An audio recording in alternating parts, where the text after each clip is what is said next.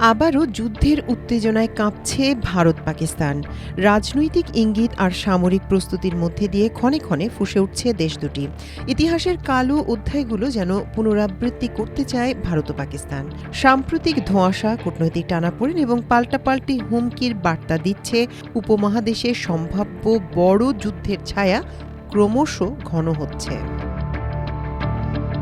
৪ August ভারতের সেনাপ্রধান general Upendra দ্বিবেদী সতর্ক করে বলেন, দেশের পরবর্তী যুদ্ধ প্রত্যাশার চেয়েও দ্রুত শুরু হতে পারে এবং সেটি মোকাবেলায় লাগবে পুরো জাতির সম্মিলিত শক্তি। অন্যদিকে সোমবার যুক্তরাষ্ট্রে বসে ভারতের বিরুদ্ধে পারমাণবিক যুদ্ধের হুঁশিয়ারি দিয়েছেন পাকিস্তানের সেনাপ্রধান ফিল্ড মার্শাল আসিম মুনির। ফ্লোরিডায় এক নৈশভোজে বলেছেন, পাকিস্তান যদি অস্তিত্ব সংকটে পড়ে তবে তারা বিশ্বের অর্ধেককে সঙ্গে নিয়েই ধ্বংস হবে। টানা ১১ বছর শক্ত শাসনের পর হঠাৎ কোণঠাসা হয়ে পড়েছেন ভারতের প্রধানমন্ত্রী নরেন্দ্র মোদী। দেশের ভেতরে রাজনৈতিক ও অর্থনৈতিক চাপ বেড়েই চলেছে।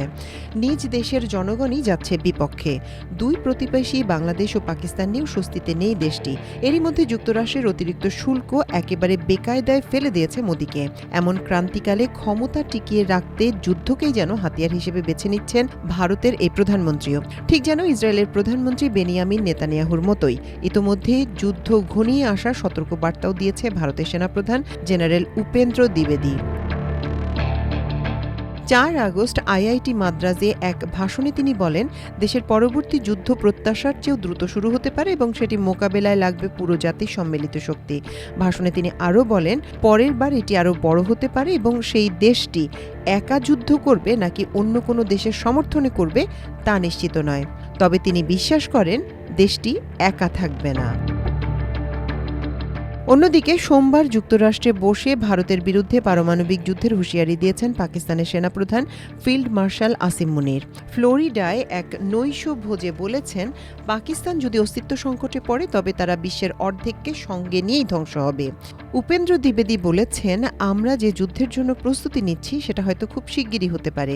এবার আমাদের সবাইকে একসঙ্গে লড়তে হবে। যদিও কোনো দেশের নাম নেননি তিনি। সেনাপ্রধান আরও বলেছেন, ২২ এপ্রিল জম্মু কাশ্মীরের পেহেলগামে সন্ত্রাসী হামলায় অন্তত ২৬ জন নিহত হওয়ার ঘটনার পরপরই এই পরিকল্পনা শুরু হয়।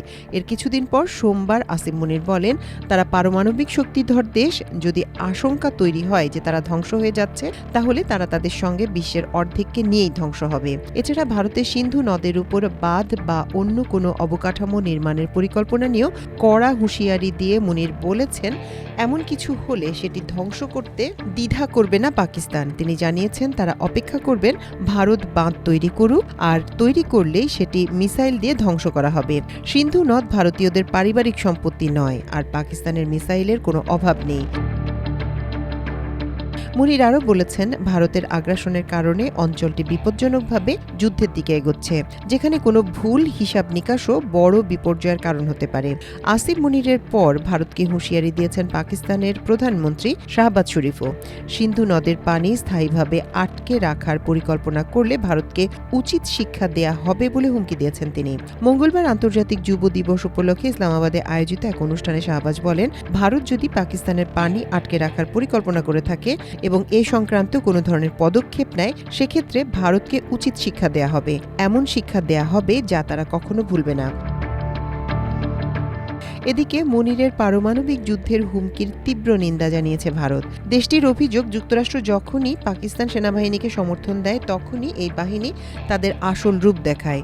সোমবার ভারতের পররাষ্ট্র মন্ত্রণালয়ের মুখপাত্র রণধীর জয়সওয়াল বলেছেন, পারমাণবিক হুমকি দেওয়া পাকিস্তানের পুরনো অভ্যেস, যা আবারও দেখা গেল। দেশটির পররাষ্ট্র মন্ত্রণালয় এক বিবৃতিতে বলেছে, আন্তর্জাতিক সম্প্রদায় নিজেরাই বুঝতে পারবে এমন মন্তব্য কতটা দায়িত্বজ্ঞানহীন। নয়াদিল্লি কোনোভাবেই পারমাণবিক ব্ল্যাকমেইলের কাছে নতি স্বীকার করবে না এবং জাতীয় নিরাপত্তা রক্ষায় সব প্রয়োজনীয় পদক্ষেপ নেওয়া অব্যাহত রাখবে বলেও জানিয়েছে ভারতের পররাষ্ট্র মন্ত্রণালয়। মাল্টিমিডিয়া ডেস্ক, আমার দেশ।